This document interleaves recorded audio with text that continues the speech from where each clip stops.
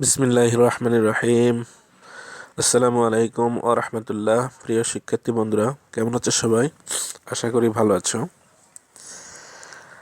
আজকে আমি হাজির হয়েছি শিবগঞ্জ ফাজিল ডিগ্রি মাদ্রাসা হতে, মোহাম্মদ মিজানুর রহমান, প্রভাষক আরবি।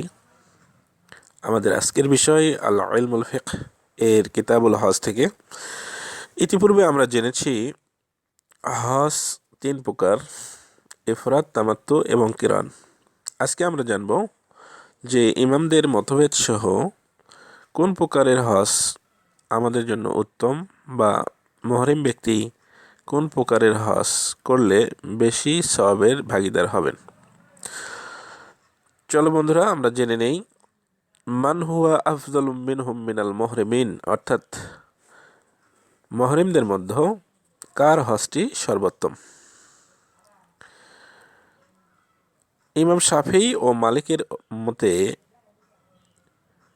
ইফরাদ হজের ইহরামকারী সর্বাপেক্ষা উত্তম। তাদের দলিল হলো মহান রব্বুল আলামিন কোরআনে ইরশাদ করেছেন, ওয়ালিল্লাহি আলান নাসি হিজ্জুল বাইতা মান ইসতাতা ইলাইহি সাবিলা। এখানে শুধু হজের কথা উল্লেখ করা হয়েছে, ওমরার কথা উল্লেখ হয়নি। তাই যেহেতু ইফরাদ হজের মধ্যে শুধুমাত্র হজ এর জন্যই মুহরিম ব্যক্তি ইহরাম বাঁধে, তাই এই আয়াত দ্বারা বোঝানো হয়েছে ইফরাদ হজকে। সুতরাং ইফরাদ হজের মুহরিম সর্বোত্তম মুহরিম। এছাড়াও হাদিসে এসেছে, আন আয়েশা রাদিয়াল্লাহু তাআলা আনহু قال أنه عليه السلام أحل للحج مفردا। এছাড়াও অন্য হাদিসে এসেছে, আন জাবির রাদিয়াল্লাহু আনহু রাসূল সাল্লাল্লাহু আলাইহি ওয়াসাল্লাম আফরাদু বিল হজ। عن ابن عمر رضي الله تعالى عنه أن الرسول صلى الله عليه وسلم أحل بالحج وحده. عن ابن عمر رضي الله تعالى عنه أن النبي صلى الله عليه وسلم আফরাদুল হজ ওয়া আফরাদু আবু বাকরিন ওয়া ওমর ওয়া উসমান। উপরোক্ত হাদিস দ্বারা প্রমাণিত হয় রাসূল সাল্লাল্লাহু আলাইহি ওয়াসাল্লাম মুফরিদ ছিলেন, অর্থাৎ ইফরাদ হজ পালন করেছেন। সুতরাং ইফরাদ হজই সর্বোত্তম। ইমাম আহমদের অভিমত হচ্ছে তামাত্তু হজের ইহরামকারী সর্বাপেক্ষা উত্তম। তাদের দলিল হলো ফামান তামাত্তাউ বিল উমরা ইলাল হজ ফামাস্তাইসারা মিনাল হাদি। এছাড়াও হযরত আয়েশা রাদিয়াল্লাহু তাআলা থেকে বর্ণিত হাদিস, ক্বালাত আয়েশাতু রাদিয়াল্লাহু তাআলা আনহা তামাত্তাউ রাসূল সাল্লাল্লাহু আলাইহি সাল্লাম ওয়া তামাত্তা'না মাআহু। এই হাদিস থেকে প্রমাণ হয় যে তামাত্তু হজ সর্বাপেক্ষা উত্তম। ইমাম আবু হানিফার মতে কিরান হজের ইহরামকারী সর্বাপেক্ষা উত্তম, কারণ রাসূল সাল্লাল্লাহু আলাইহি ওয়াসাল্লাম বিদায় হজে কারেন ছিলেন, অর্থাৎ কিরান হজ আদায় করেছেন। দলিল হলো মহান রব্বুল আলামিনের বাণী, আতিম্মুল হজ্জা ওয়াল উমরাতা লিল্লাহ। এই আয়াতে হজ ও উমরার কথা একসঙ্গে বলা হয়েছে। সুতরাং যেহেতু কিরান হজ একই সঙ্গে একই ইহরামে হজ এবং উমরা পালন করা হয়, তাই এই আয়াত এর দ্বারা যে আদেশ করা হয়েছে সেই আদেশটা পালন হয়, বিধায় কিরান হজ সর্বাপেক্ষা উত্তম। হাদিস দ্বারা দলিল দিয়েছেন তা হলো আন জাবির রাদিয়াল্লাহু তাআলা আনহু আন্না নবী সাল্লাল্লাহু আলাইহি ওয়াসাল্লাম কারানাল হজ ওয়াল উমরা ফাতাফা লাহুমা তাওয়াফান ওয়াহিদান। অন্য হাদিসে এসেছে, ইন্নাহু আলাইহিস সালাম ক্বালা ফি হাজ্জাতিল বিদায়ে ইন্নাহু সুকুতাল হাদি ওয়াল কারনাতি। আন আনাস রাদিয়াল্লাহু তাআলা আনহু আন্নাহু ক্বাল সামি'তু নবী সাল্লাল্লাহু আলাইহি ওয়াসাল্লাম ইয়াকুলু লাব্বাইক বিল উমরাতি ওয়া হাজ্জাতিন। আন আয়েশা রাদিয়াল্লাহু তাআলা আনহা আন্নাহা ক্বালাত আহলালতু মা রাসূল সাল্লাল্লাহু আলাইহি ওয়াসাল্লাম বিল উমরা ফি হাজ্জাতিন। আন উম্মে সালমা রাদিয়াল্লাহু তাআলা আনহা ক্বালাত সামি'তু নবী সাল্লাল্লাহু আলাইহি ওয়াসাল্লাম ইয়াকুলু আহিল্লু ইয়া আলে মুহাম্মদ বি উমরাতি ফিল হজ্জ। এছাড়াও হজে কিরান পালন করা যেহেতু অত্যাধিক কষ্টকর কাজ, আর যে আমলে যত কষ্ট বেশি তাতে সওয়াবও অত্যন্ত বেশি। যেমন রাসূল সাল্লাল্লাহু আলাইহি ওয়াসাল্লাম বলেছেন, আজরুকুম আলা কাদরি নসিবুকুম। ইমাম আবু হানিফা বা আহনাবদের পক্ষ থেকে শাফি ও মালিকের মাযহাবের দলিলের জবাব দেয়া হচ্ছে, তা হলো তাদের উল্লেখিত আয়াতে হজের ফরজিয়াত বোঝানো হয়েছে, কিন্তু ইফরাদ হজ যে সর্বোত্তম তা বলা হয়নি। এবং হাদিসে ইফরাদ দ্বারা উদ্দেশ্য হজ ফরজ হওয়ার পর রাসূল সাল্লাল্লাহু আলাইহি ওয়াসাল্লাম একবার হজ আদায় করেছেন, এবং আফরাদা বিল হজ দ্বারা স্বতন্ত্রভাবে হজের বৈধতা প্রদানকে বোঝানো হয়েছে। রাসূল সাল্লাল্লাহু আলাইহি ওয়াসাল্লাম হজের কার্যাবলী স্বতন্ত্রভাবে আদায় করেছেন, কিন্তু তিনি কারেন বা কিরান হজ আদায়কারী ছিলেন। ইমাম আহমদের দলিলের জবাব হচ্ছে তার উদ্ধৃত হাদিসে তামাত্তা দ্বারা আবিধানিক অর্থ নেওয়া হয়েছে। আবিধানিক অর্থ হলো উপকার লাভ করা বা উপভোগ করা উদ্দেশ্য, বরং এটা পারিভাষিক অর্থ উদ্দেশ্য নয়। হাদিসের তামাত্তু দ্বারা রাসূল সাল্লাল্লাহু আলাইহি ওয়াসাল্লাম তামাত্তু করেছেন এটা বলা হয়েছে, কিন্তু তা সর্বাপেক্ষা উত্তম বলা হয়নি। প্রাচীনকালে কিরান বোঝাতে তামাত্তু শব্দ ব্যবহার করা হতো। সুতরাং প্রমাণিত হয় যে কিরান হজের ইহরামকারী সর্বোত্তম, এবং রাসূল সাল্লাল্লাহু আলাইহি ওয়াসাল্লাম বিদায় হজে কিরান হজ আদায়কারী ছিলেন।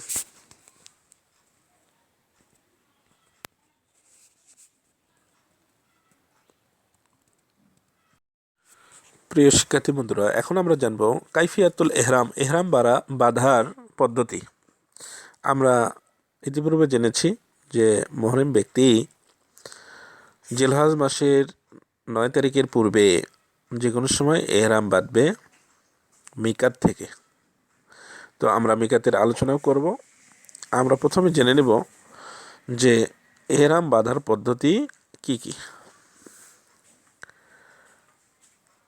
প্রথমে মুহরিম ব্যক্তি এহরাম বাঁধার জন্য পবিত্রতা অর্জন করবে। সর্বপ্রথম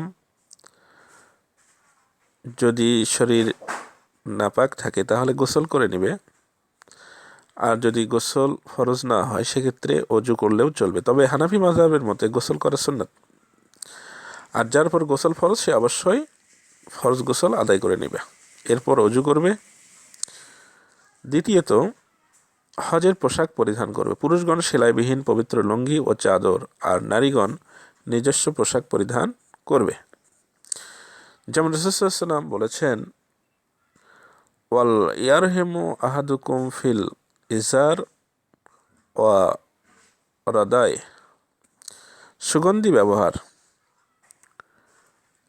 জমহুর আলেমগণের মতে সুগন্ধি ব্যবহার করবে, তবে ইমাম আবু হানিফা রহমতুল্লাহ আলাইহির মতে সুগন্ধি ব্যবহার করবে না। ইমাম শাফিঈ রহমতুল্লাহ আলাইহির মতো তাই, যে সুগন্ধি ব্যবহার করবে না। নফল নামাজ।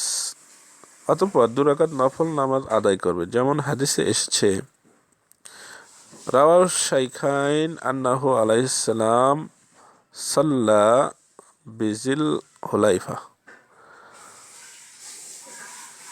অর্থাৎ রাসূল সাল্লাল্লাহু আলাইহি সাল্লাম জুল হুলাইফা থেকে এহরাম বাঁধার সময় নামাজ আদায় করেছেন রাকাতাইনি সুম্মা আহরাম, 2 রাকাত, এবং তারপরে তিনি এহরাম বেঁধেছেন। হাদিসটি বুখারী ও মুসলিম থেকে বর্ণনা করা হয়েছে। রাসূল সাল্লাল্লাহু আলাইহি সাল্লাম জুল হুলাইফাতে 2 রাকাত নফল নামাজ আদায়ের পরে তিনি এহরাম বাঁধেন। এরপরে হজের নিয়ত করা। যে ব্যক্তি হজ করতে চায় সে যদি শুধুমাত্র ইফরাদ হজ আদায় করতে চায় তাহলে তার নিয়তটা হবে এরকম, আল্লাহুম্মা ইন্নী উরিদুল হাজ্জা ফায়াসসিরহু লি ওয়া তাকাব্বালহু মিন্নি। আর যে ব্যক্তি কিরান হজ করবে, অর্থাৎ এহরাম বাঁধবে উমরা এবং হজ উভয়টার জন্য, সে ব্যক্তি বলবে, আল্লাহুম্মা ইন্নী উরিদুল হাজ্জা ওয়াল উমরাতা ফায়াসসিরহু হুমা ওয়া তাকাব্বালহুমা মিন্নি। আর শুধুমাত্র ওমরার জন্য হলে যদি এহরাম বাঁধে তাহলে আল্লাহুম্মা ইন্নী উরিদুল ওমরা ফায়াসসিরহু লি ওয়া তাকাব্বালহু মিন্নি। এরপরে তালবিয়া পাঠ করবে, সর্বশেষ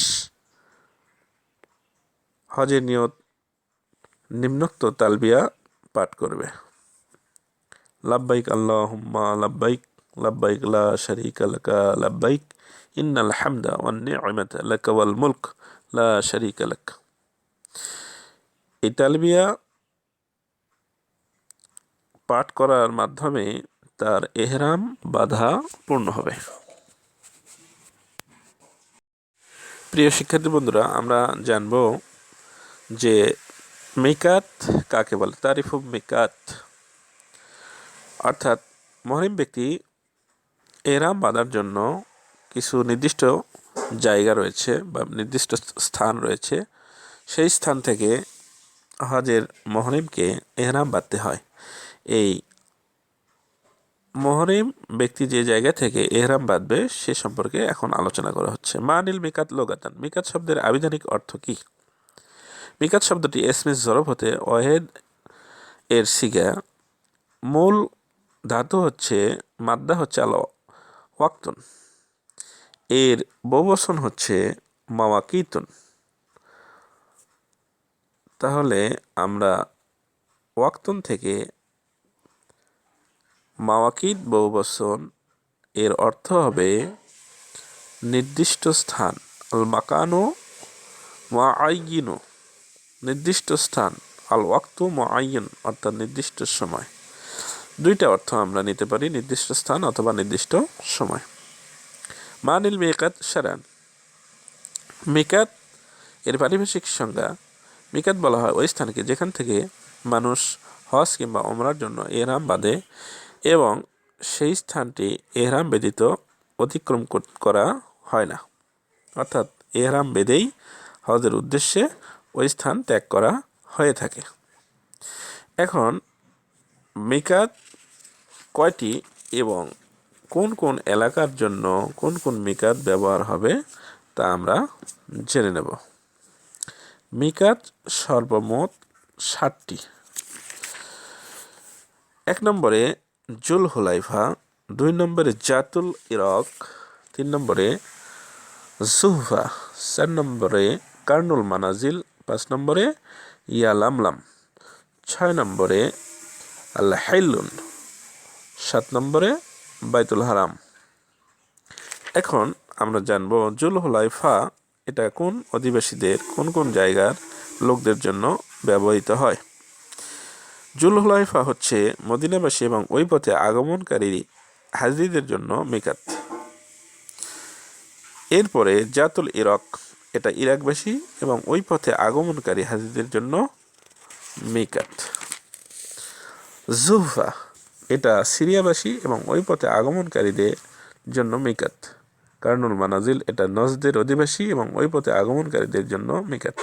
ইয়ালামলাম, এটা ইয়েমেনবাসী এবং পূর্বাঞ্চলীয় লোক তথা বাংলাদেশ, ভারত, পাকিস্তান থেকে গমনকৃত ব্যক্তিদের জন্য মিকাত। আল হেলুন, হেলুন হচ্ছে মক্কা নগরীর বাইরে এবং মিকাত সমূহের ভেতরে অবস্থানকারী হাজিদের জন্য মিকাত হচ্ছে আল হেল, অর্থাৎ যারা উপরোক্ত 5টি মিকাতে অভ্যন্তরে বসবাস করে তাদের জন্য মিকাত হবে হিল।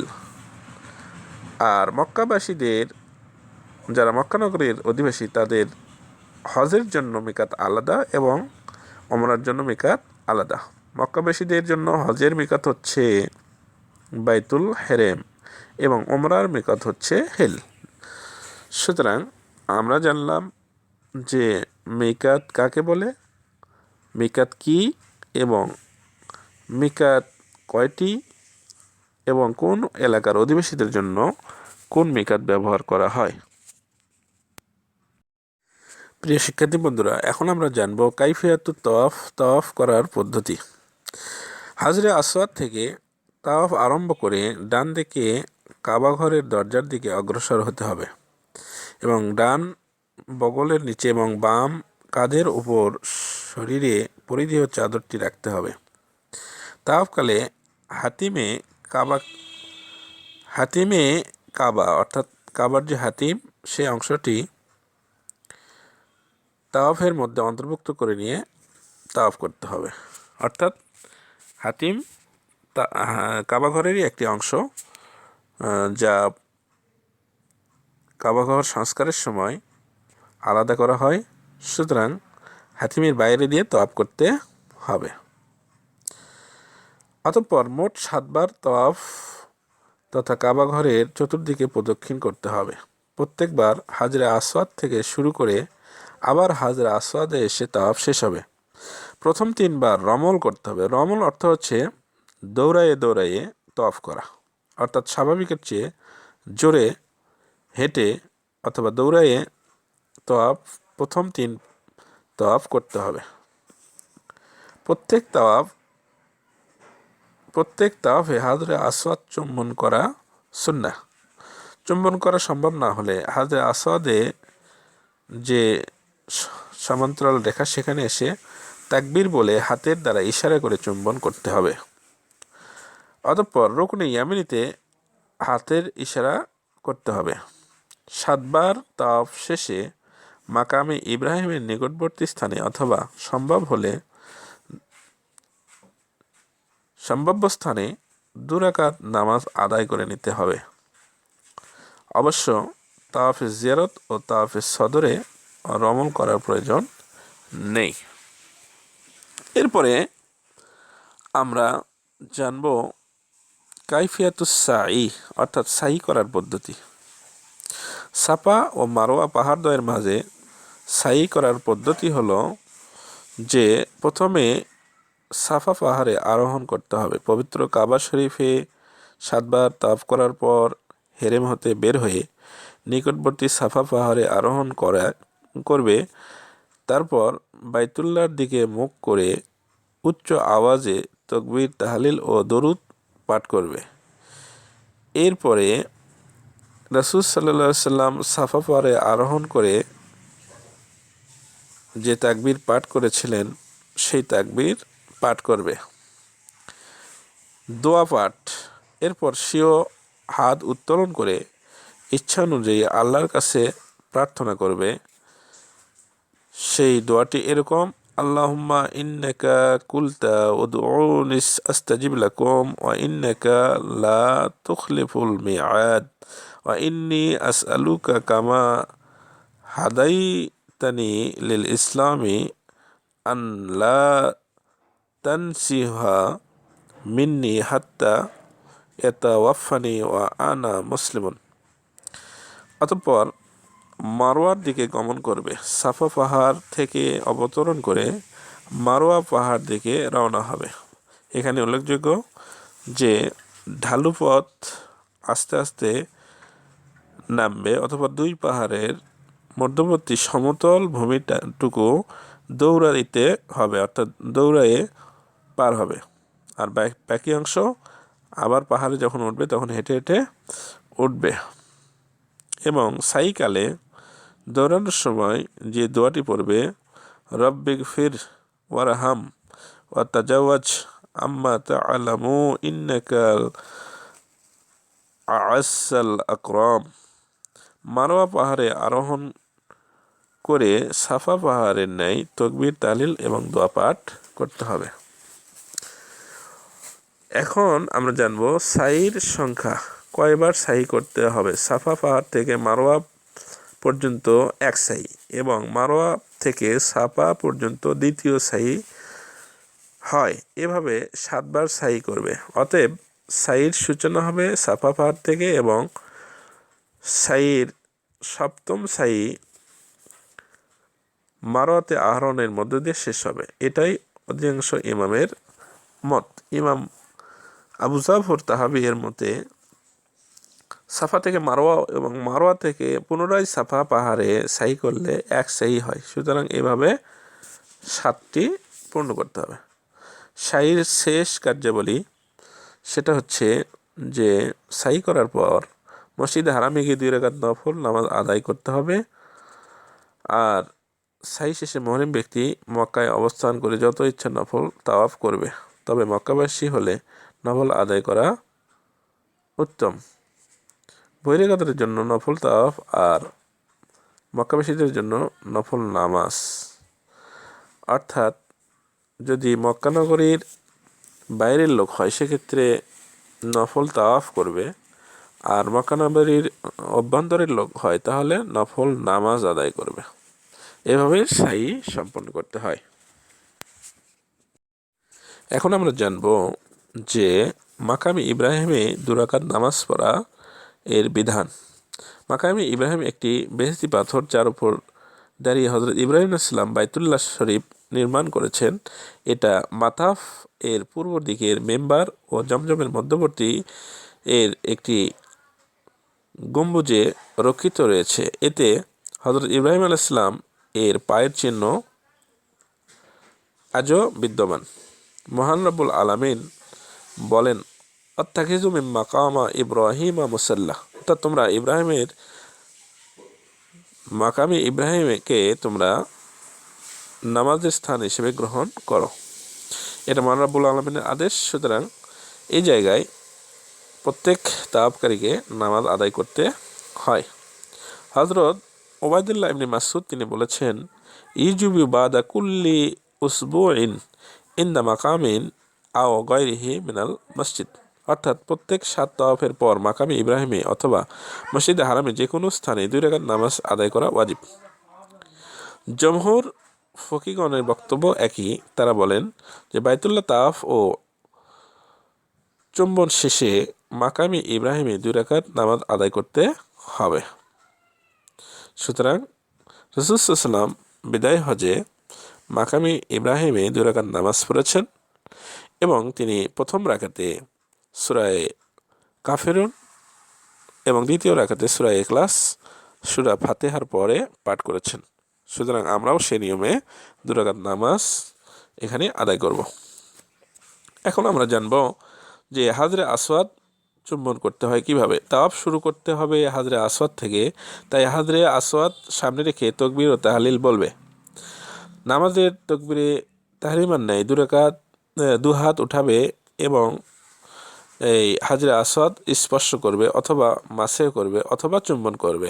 যদি সম্ভব হয় চুম্বন করবে, সম্ভব না হলে স্পর্শ করবে অথবা কি করবে, 2 হাতের ইশারার দ্বারা চুম্বন করে নেবে।